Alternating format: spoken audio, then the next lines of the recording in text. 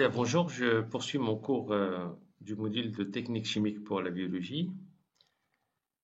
J'arrive au cours numéro 3 et je commence par les techniques de dialyse. Alors d'abord, on va définir et donner les domaines d'application de la dialyse. Alors le principe de la dialyse consiste à séparer deux solutions par une membrane qui ne laisse passer d'une manière sélective que les molécules dont le diamètre est inférieur au diamètre des pores de la membrane. Donc il s'agit d'une certaine filtration sur une membrane qui a des pores, donc des trous, et en fonction du diamètre des molécules, il y a des molécules qui passeront et d'autres qui ne passeront pas. Alors ces membranes qui permettent un échange entre deux solutions peuvent être des membranes imperméables, c'est des membranes qui ne laissent passer que le solvant, à l'opposé de membranes dialysantes qui ont des pores de diamètre fixe et qui vont laisser passer les molécules dont le diamètre est inférieur au diamètre de leur pore. Alors le transfert des solutés par diffusion à travers de la membrane de dialyse relève d'un mouvement de molécules contenues dans la solution, et ces molécules ne sont pas dans un état figé, mais bougent, il y a donc une agitation moléculaire. Alors maintenant, la question, qui est-ce qui permet aux molécules d'aller d'un compartiment à l'autre compartiment? Qu'est-ce qui permet la mobilité de ces molécules? Eh ben, c'est ce qui permet aux molécules de bouger, c'est la différence de concentration entre les deux compartiments.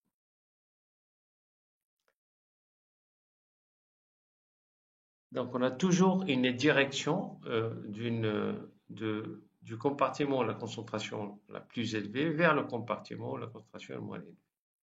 Si vous avez un volume donné d'un liquide, vous ne pouvez pas avoir une molécule concentrée dans une partie de ce liquide. Les molécules ont tendance à regagner d'une manière uniforme l'ensemble de ce liquide. C'est une loi physique universelle. Alors la capacité maintenant de diffusion d'un solité, un solité c'est ce qui existe en solution, c'est les molécules qui existent en solution. Donc, la capacité de diffusion d'un solité dépend de sa forme. Vous serez d'accord avec moi si je vous dis qu'une molécule qui est sphérique va passer très facilement à travers un pore dont le contour est circulaire.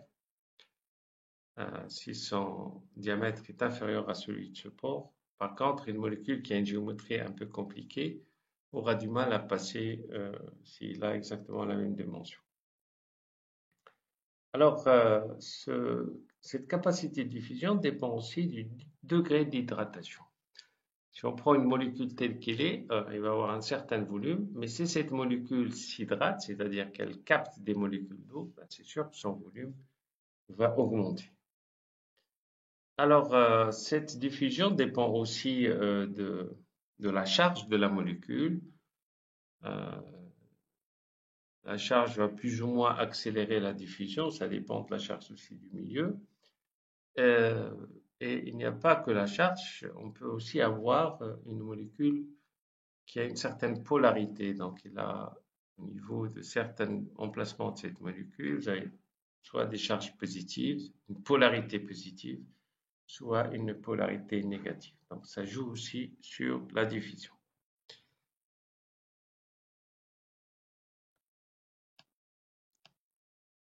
Alors, venons-en maintenant au principe de la dialyse. Si je prends ici une cuve que je divise en deux compartiments et que je sépare par une membrane de dialyse ici, vous avez la membrane et vous avez les pores de cette membrane ici. Et si dans le premier compartiment, je mets deux molécules en solution, alors que dans le compartiment, je mets que la phase aqueuse, donc je vais avoir donc un compartiment qui est concentré, l'autre compartiment qui n'a pas de concentration. Et donc les molécules vont se diriger vers le compartiment le moins concentré Et le passage au deuxième compartiment, compartiment 2, dépend du diamètre des molécules. Alors, les molécules ici en rouge ne passeront pas parce que leur diamètre est supérieur au diamètre du port. Par contre, les molécules en noir vont passer. Et après un certain temps de dialyse, je vais avoir les molécules noires qui vont gagner le deuxième compartiment ici. Donc, le premier va être appelé le rétentat parce qu'il va contenir ce qui est retenu. Par contre, le deuxième compartiment va être appelé le dialysa. Il comprend ce qui a été dialysé. Alors, le mouvement va continuer dans ce sens-là jusqu'à ce que la concentration du dialysa va être égale aux concentrations des rétentats. Et s'il n'y a plus de différence de concentration, la dialyse va s'arrêter. Voilà donc pour ce qui est principe de la dialyse. Alors maintenant, quels sont les domaines d'application de la dialyse? Alors on a la purification de macromolécules. Par exemple ici, on a purifié que les molécules noires ici. Avant, on avait un mélange et par dialyse, on est arrivé à avoir un compartiment qu'avec la molécule noire. C'est une sorte de purification. On peut concentrer des protéines. La concentration va dépendre des deux compartiments. Si on met ici des molécules qui vont concentrer ici le compartiment 2, si la molécule rouge n'arrive pas à rentrer dans le compartiment 2, on va avoir les autres molécules qui passeront, mais on va avoir le liquide aussi qui va passer dans ce compartiment, c'est les plus concentrés, qui va avoir un effet d'osmose. Et si le liquide passe ici, on va avoir une baisse du niveau de ce compartiment et donc une concentration des molécules rouges. Donc, comme domaine d'application, on peut avoir les séparations des solutés, c'est ce qu'on a vu avec les molécules rouges et les molécules noires. On peut avoir la décontamination, supposons qu'ici j'ai une solution qui est contaminée avec un colorant. Si je n'ai pas de colorant ici, je vais permettre le passage du colorant de cette solution-là vers cette solution-là et celle-là serait moins colorée. Donc, c'est une sorte de décoloration ou de décontamination. Alors, le changement de pH, je peux donc mettre dans ce compartiment-là une solution d'un certain pH et dans ce compartiment-là une solution qui a un pH différent et comme ça, je vais agir sur le pH de la première. Je peux également utiliser dialyse pour le dessalage, c'est-à-dire l'enlèvement du sel d'une solution. Alors, c'est très simple. Si je mets ici une solution salée avec du NaCl et là une solution qui n'est pas salée, le NaCl va passer du compartiment 1 vers le compartiment 2 et je vais réussir donc à faire du dessalage. Ça peut aussi être, la dialyse peut être également utilisée pour un échange d'ions. Si j'ai une existence d'ions ici qui est différente d'ici, donc je peux avoir un échange des molécules ionisées. Alors maintenant, comment peut-on exprimer le coefficient de dialyse? Alors la diffusion passive, donc qui se fait toute seule et qui est juste motivée par la différence de concentration, la diffusion passive. Dans ces diffusions, les molécules de soluté ayant un diamètre inférieur au diamètre des pores de la membrane diffusent du compartiment 1 vers le compartiment 2, qui est plus concentré. Et c'est une cinétique de réaction d'ordre à la vitesse de dialyse est proportionnelle à la concentration de soluté. C'est sûr que si vous avez le compartiment 1 qui a une concentration très différente du compartiment 2, la différence de concentration va être très grande et la diffusion va commencer à être très accélérée au départ. Donc ça dépend de la concentration en soluté.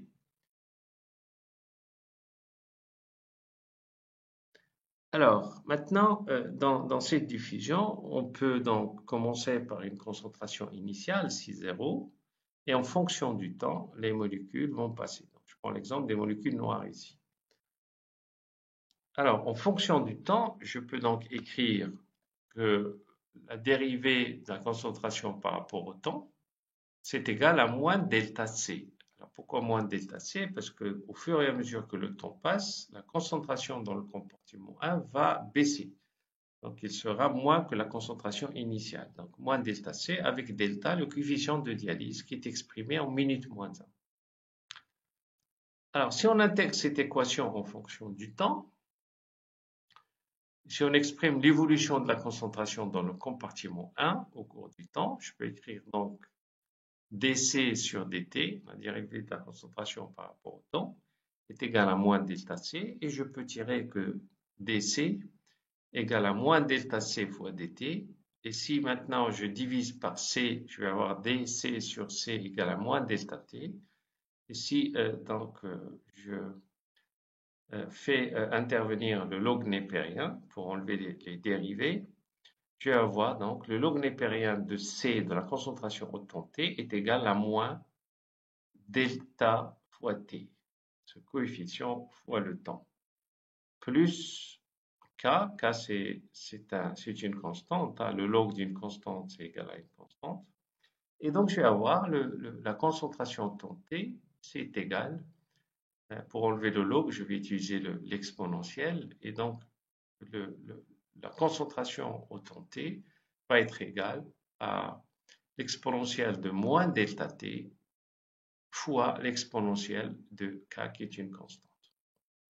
Ah, ça vient du fait que l'exponentielle de A plus B est égale à l'extension de A fois l'exponentielle de A plus B est égale à l'exponentielle de A fois exponentielle de B. Voilà ce qui me donne cette relation. Et si maintenant je raisonne sur la concentration initiale quand le temps est égal à 0, ici, ben, je vais avoir donc au temps 0, la concentration va être égale à C0 et je vais avoir la concentration au temps t est égale à C0 fois exponentielle moins delta t. Voilà donc cette équation qui, si je l'exprime en graphique, ici, je vais avoir ici dans l'axe des ordonnées la concentration, dans l'axe des abscisses le temps, et je vais commencer au temps 0 par la concentration C0 initiale. Plus le temps passe, plus la concentration chute. Elle va chuter selon une courbe exponentielle inversée jusqu'au temps où je vais avoir pratiquement une concentration nulle au niveau du compartiment 1. Voilà comment s'exprime la diffusion, comment s'exprime la concentration au niveau de la diffusion en fonction du temps.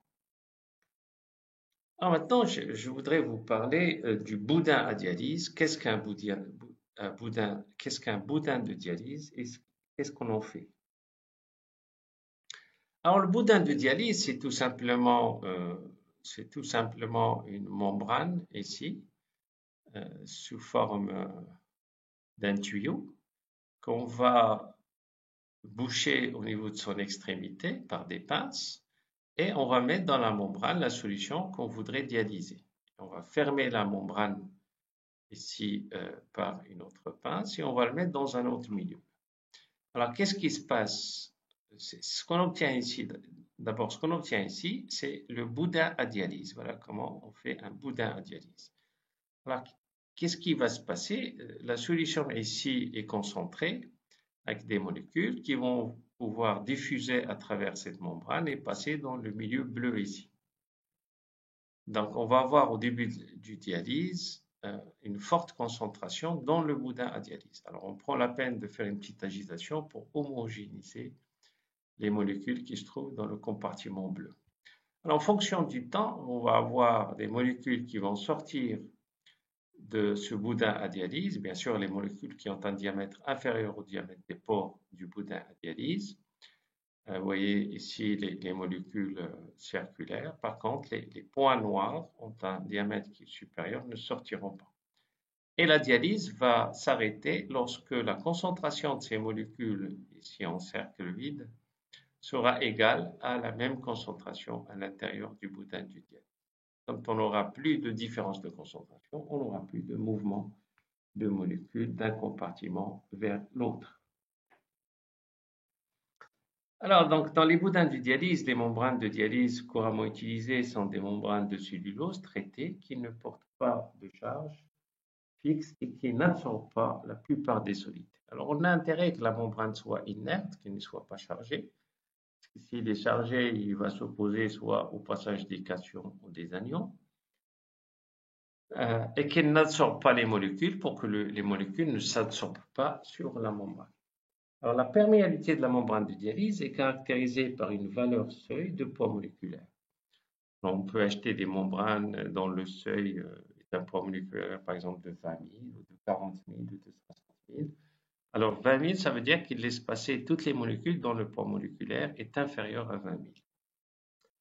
Les molécules de poids moléculaire inférieures à celles des valeurs passent par les pores de la membrane. La taille réelle d'un soluté et le passage à travers la membrane sont susceptibles de varier avec le pH. Bien sûr, une molécule dans un pH donné va adopter une conformation, elle aura donc un certain volume. Si vous changez le pH, vous changez la charge de la molécule et vous pouvez changer sa conformation et donc son volume. Donc la dialyse dépend du pH. De la force ionique, bien sûr, quand vous changez la force ionique d'une molécule, vous changez aussi sa conformation. Et le coefficient de diffusion est inversement proportionnel à la racine carrée du poids moléculaire. Donc, il est inversement proportionnel au poids moléculaire. Donc, plus le poids moléculaire est grand, plus il aura du mal à passer à travers les pores. Alors maintenant, la dialyse se réalise en introduisant la substance dans un sac, qui est le boudin à dialyse, et en plongeant le boudin dans un récipient contenant un grand volume d'une solution tampon à très faible force ionique. Alors, comme le volume du compartiment extérieur est très grand et quand l'équilibre sera atteint, la majorité des molécules diffusibles sera sortie du boudin. On peut amplifier la séparation des molécules diffusibles en répétant l'opération. Alors, si par exemple ici, je vais atteindre l'équilibre, je vais avoir autant de molécules à l'extérieur qu'à l'intérieur. Et vu que la diffusion va s'arrêter, je peux prendre ce milieu bleu, l'enlever et mettre un nouveau milieu qui va donc permettre la sortie d'autres molécules. Voilà, jusqu'à l'épuisement de ce qui est à l'intérieur du boudin à dialyse.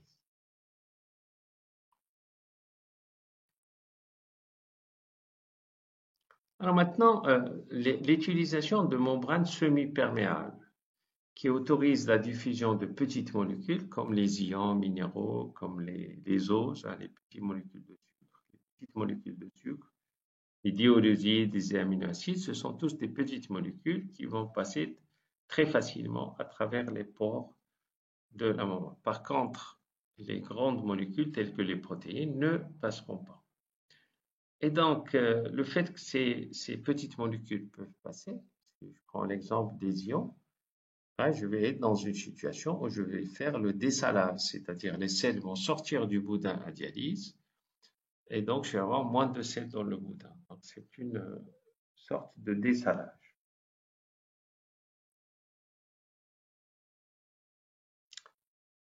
Alors, quand on fait le dialyse avec un boudin, je peux avoir un gradient électrique qui résulte de l'ensemble des espèces chargées de part et d'autre de la membrane. Mais ce gradient ne va pas trop nuire à la diffusion puisque le vrai moteur de la diffusion, ça reste la concentration de part et d'autre du boudin du dialyse. Alors, un autre phénomène se produisant de façon concomitante en même temps, avec le mouvement des petites molécules et l'osmose. Alors, au départ, si j'ai une forte concentration ici dans le boudin, je vais avoir aussi de l'eau qui va rentrer dans le boudin, puisque je vais avoir aussi le phénomène de l'osmose. L'eau se dirige vers un compartiment le moins concentré, vers le compartiment le plus concentré. Mais comme je vais avoir les mêmes concentrations vers la fin de la dialyse, ce phénomène d'osmose va s'enlever.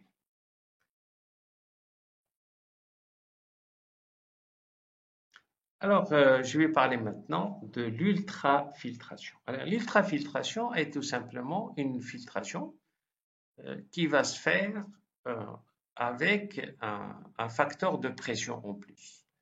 Donc, dans l'ultrafiltration, on va non seulement faire une filtration, mais je vais exercer de la pression sur un des deux compartiments. Alors ici, si j'exerce de la pression sur le compartiment 2, je vais obliger le liquide à passer dans le compartiment 1 et je vais donc avoir son volume qui va augmenter. Alors, on fait de l'ultrafiltration quand on a envie de diminuer la pression de l'eau dans un des compartiments et d'évacuer l'eau. Alors, l'ultrafiltration est le transfert actif de soluté et de solvant selon un gradient de pression hydrostatique de chaque côté de la membrane. Ici, donc voilà la membrane et voilà, vous avez une pression qui s'exerce sur un côté de la membrane. Donc, cette ultrafiltration est pratiquée dans l'hémofiltration. L'hémofiltration, c'est la filtration du sang. C'est une opération extra-rénale qu'on pratique chez les patients dont les reins ne fonctionnent plus normalement, qui ont un problème de fonctionnement des reins. Et on l'utilise pour évacuer le maximum d'eau parce que plus les déchets s'accumulent dans le sang, plus le volume du sang augmente en drainant de l'eau. Donc on utilise cette pression partielle pour évacuer aussi de l'eau. Comme ça, on corrige l'excès de liquide au niveau de la circulation sanguine. Alors, on va voir cette hémodialyse ou cette hémofiltration tout à l'heure. Et l'ultrafiltration dépend donc des débuts de filtration. C'est sûr que le débit joue un rôle. Le débit, c'est la quantité qu'on filtre par unité de temps. La taille de pore de la membrane joue aussi, le degré de porosité de la membrane, c'est-à-dire la taille des pores de la membrane va limiter le transfert. Les pores petits vont ralentir la diffusion ou l'arrêter. Les pores un peu plus grands vont permettre à beaucoup plus de molécules de passer. Alors j'arrive maintenant à la notion de nanofiltration. Alors, tout ce qui comporte le préfixe nano, c'est-à-dire c'est quelque chose de très très petit. Alors la nanofiltration est dite pour des membranes de dialyse qui ont des pores très très petits, dont le diamètre varie entre 0,01 et 0,01 micromètres. Donc on les utilise couramment pour éliminer les agents colorants dans une solution, pour éliminer les métaux lourds, les micropolluants organiques tels que les pesticides et les nitrates dans les solutions. Donc la nanofiltration fait partie des procédés de dépollution. Si j'enlève un colorant, donc je dépollue. De l'adoucissement dans les appareils qui sont vendus pour épurer de l'eau du robinet, pour qu'on puisse boire une eau qui est purifiée. Elle comporte des membranes de dialyse. Et on l'utilise aussi pour la décoloration quand on enlève des colorants de solution. Voilà, donc la nanofiltration est une filtration avec des membranes dont les pores sont très petits. Alors j'arrive maintenant à un autre type de dialyse qui est l'électrodialyse. Alors électrodialyse, c'est une dialyse qui va se faire en utilisant du courant électrique. Électrodialyse. C'est un procédé électrochimique. Électrochimique, bon, il y a le courant électrique et il y a les particules chimiques qui permet d'extraire des ions contenus dans une solution. L'extraction des ions se fait par migration des ions à travers la membrane sélective, soit des membranes anioniques. Alors une membrane anionique est une membrane qui ne laisse passer que les anions. Une membrane cationique est une membrane qui ne laisse passer que les cations. Les cations sont chargées positivement, les anions sont chargés négativement. Et bien sûr, tout cela sous l'action d'un champ électrique. Alors, seuls les anions peuvent traverser les membranes anioniques et seuls les cations peuvent traverser les membranes cationiques. Alors, en plaçant plusieurs membranes en parallèle, laissant passer alternativement les ions positifs et les ions négatifs, on peut éliminer certains ions de l'eau. Alors, dans certains compartiments, il y a concentration des ions et dans d'autres, les ions sont éliminés. Les particules qui ne portent pas de charge électrique ne sont pas éliminées. Donc, on va voir maintenant en détail cette électrodialyse. Et je prends donc un compartiment ici, dans lequel je vais placer une électrode négative ici, une électrode positive ici. Je vais donc permettre un courant électrique qui va passer à travers le liquide qui existe là, et donc je vais avoir une différence de potentiel. Alors je mets en même temps des membranes cationiques ici en bleu et deux membranes anioniques ici en vert. Et je vais mettre ici de l'eau de mer. Mon objectif est de traiter l'eau de mer pour en faire de l'eau douce, c'est-à-dire sans le sel, et de la saumure. La saumure, c'est une solution qui va être concentrée en sel. Donc je vais partir de l'eau de mer et je vais avoir comme résultat la saumure et l'eau douce. Ce qui m'intéresse, c'est surtout l'eau douce. Alors, je vais mettre de l'eau de mer dans ce compartiment-là. L'eau de mer va m'apporter l'eau et les ions du sel, c'est-à-dire le Na+, et le Cl-. Alors, si j'ai de l'électricité, donc si j'ai une différence de potentiel, tous les ions qui sont chargés positivement vont vouloir aller vers le pôle négatif et tous les ions qui sont chargés négativement vont aller vers le pôle positif. Si je prends le compartiment ici, le Na+ va se déplacer vers le pôle négatif. En se déplaçant, il va rencontrer la membrane cationique. Il va donc passer dans ce compartiment-là. Le Na+ qui est dans ce compartiment-là va être attiré par le pôle négatif. Il va partir dans ce sens-là. Il va passer par la membrane cationique qui va se trouver ici. Il ne peut pas aller plus loin parce qu'il ne peut pas passer à travers la membrane anionique. Donc, il sera coincé ici. Je prends maintenant l'exemple du Cl-. Le Cl- va être attiré par le pôle positif. Il va passer de ce compartiment vers celui-là, puisque la membrane ici est une membrane anionique. Mais quand il se retrouvera ici, il ne pourra plus passer dans ce compartiment parce que la membrane cationique ne permettra pas aux anions de passer. Le Cl- qui est ici passera facilement de ce compartiment, de sorte que vers la fin, je vais avoir tous les sels qui sont ici. Le Na va passer là, le Cl là, et je vais avoir l'eau ici sans sel. Pareil ici, le Na passera ici et le Cl- passera ici, je vais avoir ce compartiment sans sel. Donc si je récupère cette eau-là et cette eau de ce compartiment-là, je vais avoir de l'eau douce. Par contre, si je compare les eaux qui sont ici, ici ou ici, je vais avoir des eaux qui sont pleinement chargées de sel, c'est ce qu'on appelle des saumures. Voilà, vers la fin de cette opération, j'aurai donc transformé de l'eau de mer en eau douce, plus de la saumure. C'est comme ça qu'on fait euh, pour, euh, euh, pour traiter l'eau de mer et le transformer en eau douce. C'est donc de l'électrodialyse. J'arrive maintenant à l'hémodialyse proprement dite. L'hémodialyse, c'est la dialyse du sang chez les individus qui ont une insuffisance rénale, chez qui les reins ne fonctionnent plus correctement. Donc, ils sont obligés de faire de l'hémodialyse d'une manière hebdomadaire et toute leur vie. Et dans cette hémodialyse, donc c'est exactement le principe de la dialyse et plus particulièrement le principe de l'ultrafiltration, dans laquelle on va mettre de la pression. Alors, donc ces patients atteints de l'insuffisance rénale ont des reins qui n'assurent plus leur fonction d'épuration du sang et subissent donc la dialyse comme traitement pour éliminer les impuretés.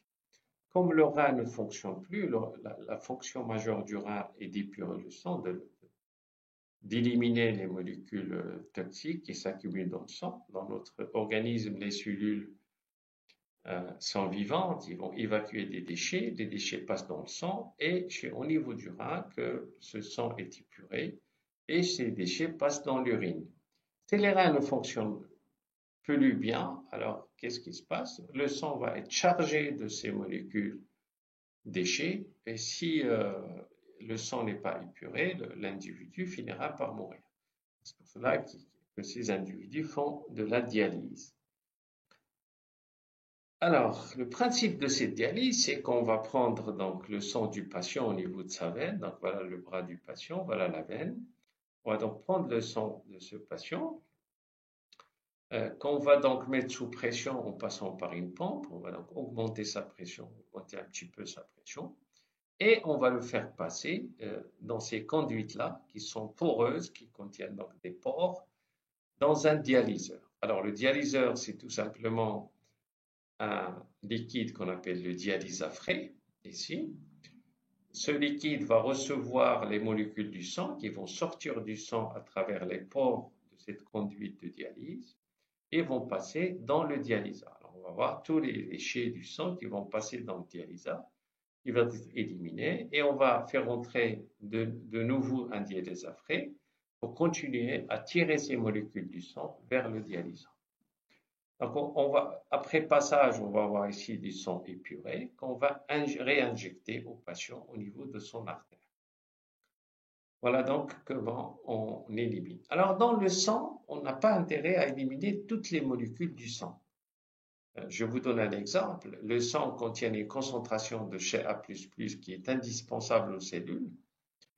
Donc, on n'a pas intérêt à enlever les Ca++, d'autant plus que le Ca++ est une petite molécule qui va s'enlever très facilement. Alors, pour enlever que les molécules déchets, et je vous donne comme exemple l'urée, on a tout intérêt à l'enlever du sang parce qu'elle s'accumule. L'urée, c'est vraiment la dernière molécule de la dégradation de tout ce qui est protéique. Et donc, on va assister à l'élimination de l'urée. Et pour qu'il n'y ait pas d'élimination de Ca++, on va tout simplement, dans le dialysafré, mettre une concentration en Ca++ qui est équivalente à la concentration de Ca++ dans le sang. Comme ça, le Ca++ ne sortira pas vers le dialysat. Par contre, le dialysat ne va pas contenir l'urée et la molécule d'urée va sortir de ces conduites de sang vers le dialysat et va être éliminée.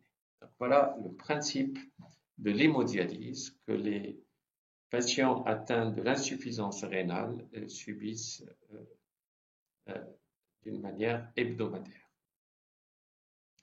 Je vous remercie de votre attention parce que j'ai terminé le cours numéro 3.